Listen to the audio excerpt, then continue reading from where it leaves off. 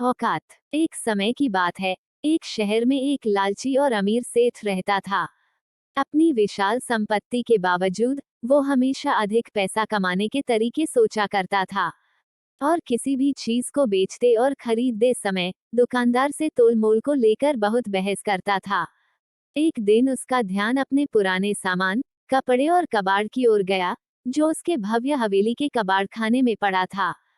किसी को दान में ना देकर उसने वो सामान कबाड़ी वाले को बेचने का फैसला किया, जो सड़कों पर घूमकर पुरानी वस्तुओं को खरीदता था। सेठ ने एक दिन एक कबाड़ी वाले को घर पर बुलावा भेजा। कबाड़ी वाला सेठ की भव्य हवेली में पहुंचा, जहां पुराने कपड़े, कबाड़ और छोटी मोटी चीजें लेकर सेठ उसका इंतजार कर रहा था। जैसे ही बातचीत शुरू हुई, सेठ ने तोल मोल करना शुरू कर दिया।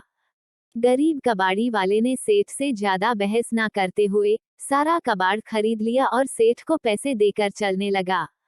सेठ को यह देखकर आश्चर्य हुआ कि उसने सारे सामान खरीद लिए, लेकिन देवी देवताओं की पुरानी पीतल की मूर्तियां और फोटो फ्रेम को छोड़ दिया।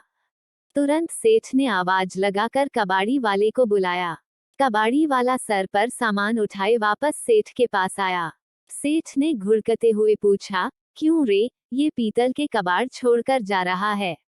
इसकी कीमत तो तूने बताया ही नहीं।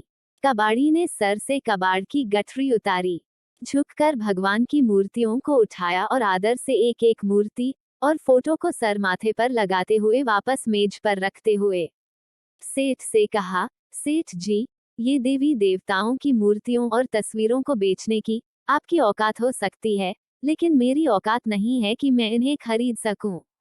अगर मेरे पास कुबेर का धन भी आ जाए, तब भी मेरी औकात नहीं होगी भगवान को खरीदने की। यह कहते हुए कबाड़ी वाला चला गया और सेठ हैरान होकर उसे जाते देखता रहा। कबाड़ी वाले के शब्दों ने सेठ की आंखें खोल दी। उसे एहसास हुआ कि पैसे की लालसा ने उसे कितना अंधा बना दिया और वो भगवान की मूर्तियां बेचने चला था। उसे अपने लालच पर बहुत पछतावा हुआ। एक गरीब और ईमानदार कबाड़ी वाले ने उसे जीवन की बहुत बड़ी सीख दे दी कि इस दुनिया में ऐसा बहुत कुछ है जो बेचा और खरीदा नहीं जा सकता है।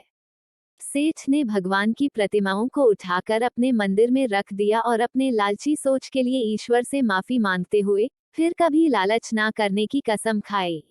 उस दिन के बाद से धन और संपत्ति पर सेठ का दृष्टिकोण बदल गया और वो गरीबों को दान पुण्य करने लगा। इस कहानी से हमें यह सीख मिलती है कि लालच इंसान की विवेक और बुद्धि नष्ट कर देती है।